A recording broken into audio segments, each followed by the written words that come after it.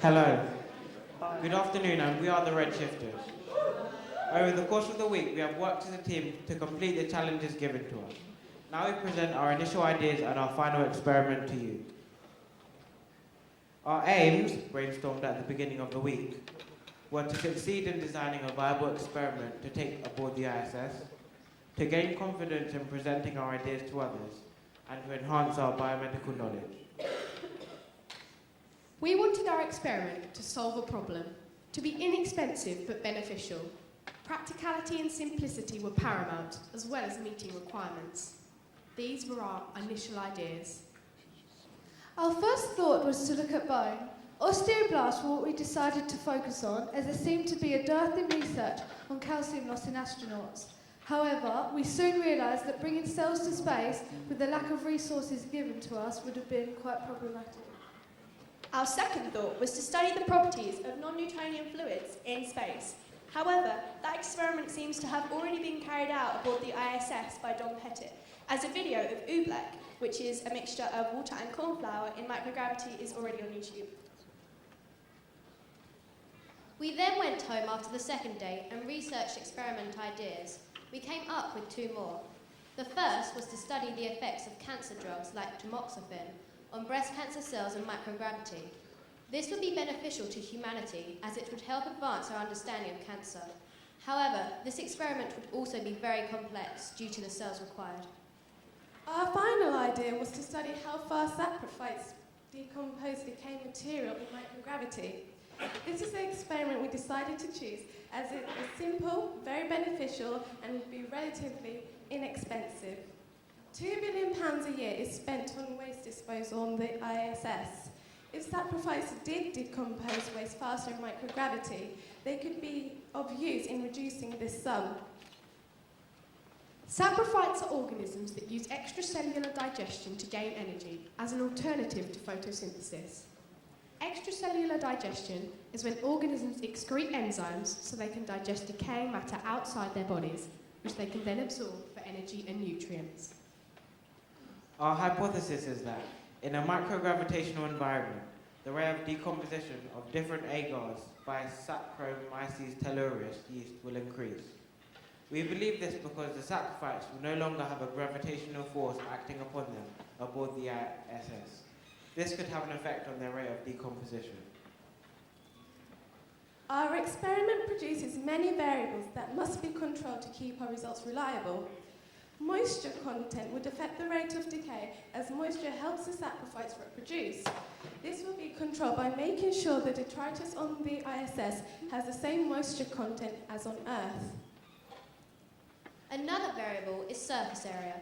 The larger the surface area, the faster the rate of decay. This is because the saprophytes will have a larger space to carry out decomposition. We will overcome this variable by making sure that the detritus here on Earth and that on space has the same surface area. They will be spread at the bottom of a petri dish with an even thickness. Temperature is also a variable. We'll be carrying out the experiment at room temperature around 21 degrees. This is the temperature on the ISS. Saccharomyces tellurus will be the yeast we're using. We're using this type of yeast because it is active at room temperature and also non-toxic. We'll make sure to control the mass of the detritus. This will mean that our experiment will be valid.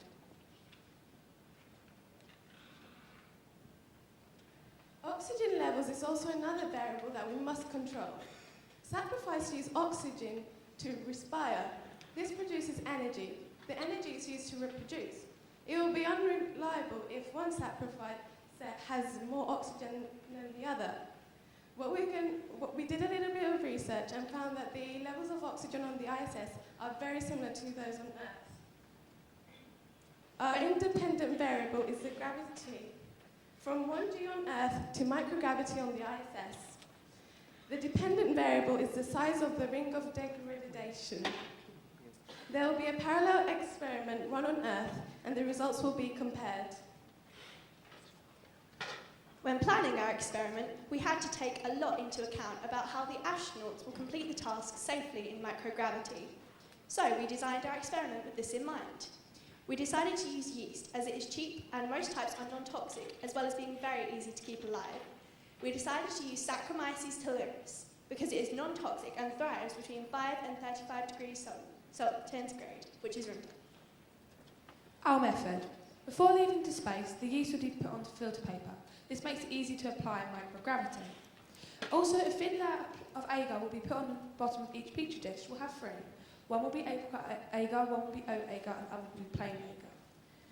When reaching space, all will happen is a filter paper will be placed in the centre of the agar. This will be the moisture of the agar will activate it. 3 times a week, the astronauts will take a picture from the top and the side of the petri dishes. This will show the ring of degradation, which is what we'll be comparing to the ones on Earth. These will be sent to Earth and compared with the Earth experiments. We are doing 3 experiments in space and another 3 exactly the same on Earth. These will be compared to determine whether decomposition occurs faster in microgravity. These are our costs. Yeast. The yeast can be purchased for £12 a kilogram, although we wouldn't need all of this. Filter paper, 60p for 10 sheets. Agar, £2.50 for a kilogram. Apricots. Apricot puree costs just £2. Oatmeal, 1 kilo for 75 pence. Petri dishes, 16 pence for one, so in total 80 pence. And this brings our overall cost to less than £18. If the results are positive and we find saprophytes do work faster in microgravity, we can use them to decompose human waste on the ISS and further space travel. As £2 billion is spent per year on waste management on the ISS, our experiment could potentially provide an alternative to the systems currently in use, thereby saving NASA and other partners on the ISS a lot of money. We believe our experiment is simple and could prove extremely useful for future space travel, amongst other uses such as aiding the space race. Thank you for listening.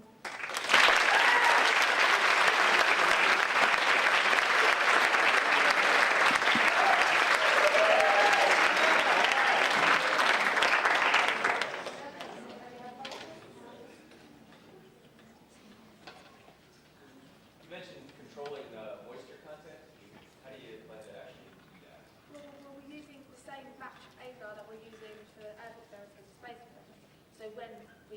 So we'll mix up one batch and put it in both. Therefore, the moisture will be the same for both groups. But it's open to the atmosphere.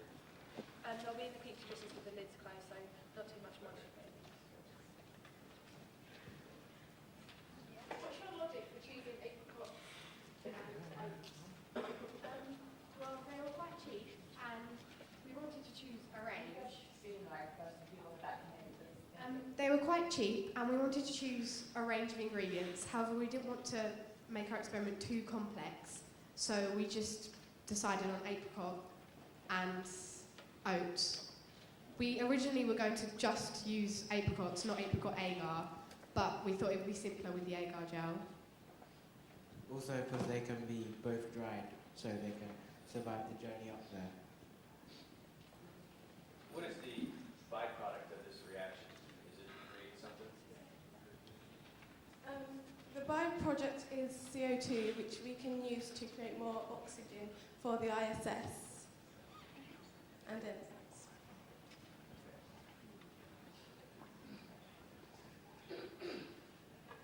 We'll take one audience question.